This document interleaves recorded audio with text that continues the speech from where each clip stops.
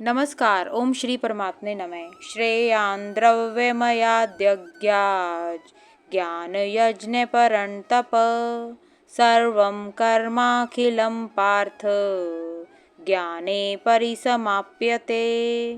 इस श्लोक में पुरुषोत्तम भगवान श्री कृष्ण अर्जुन को परम तप संबोधित करते हुए कहते हैं कि हे शत्रुओं के दमन करता, इस प्रकार ज्ञान से युक्त होकर किया गया यज्ञ किसी भी तरह के भौतिक या द्रव्य यज्ञ से उत्तम होता है। हे पार्थ, अंततः सभी यज्ञों की पराकाष्ठा अर्थात चरम सीमा दिव्य यज्ञ ही है।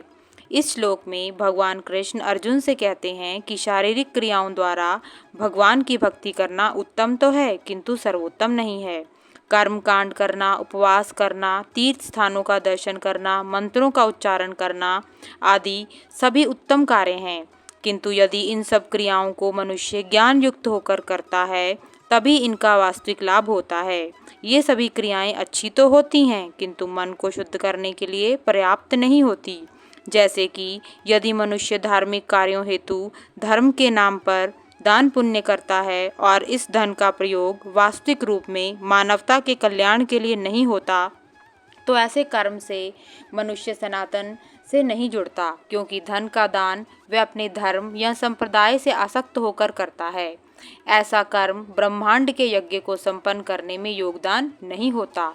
इस प्रकार मनुष्य को ज्ञान युक्त होकर ही कर्म करने चाहिए, तभी वह अपने कर्मों के माध्यम से परम सत्य की प्राप्ति कर सकता है। संत कबीर ने भी इस विषय में स्वयं के विचार प्रकट किए हैं। माला फेरत युग फिरा, फिरा न मन का फेर, कर का मन का डारिके, मन का फेर। अर्थात हे आध्यात्मिक साधक, तुम कई युगों से मोतियों की माला के मन के फेर रहे हो, किंतु तुम्हारे मन से छल कपट नहीं गया, इसलिए तुम मोतियों की माला के मन के छोड़कर मन की माला के मन के फेरो। ओम नमो भगवते वासुदेवाय नमः। धन्यवाद।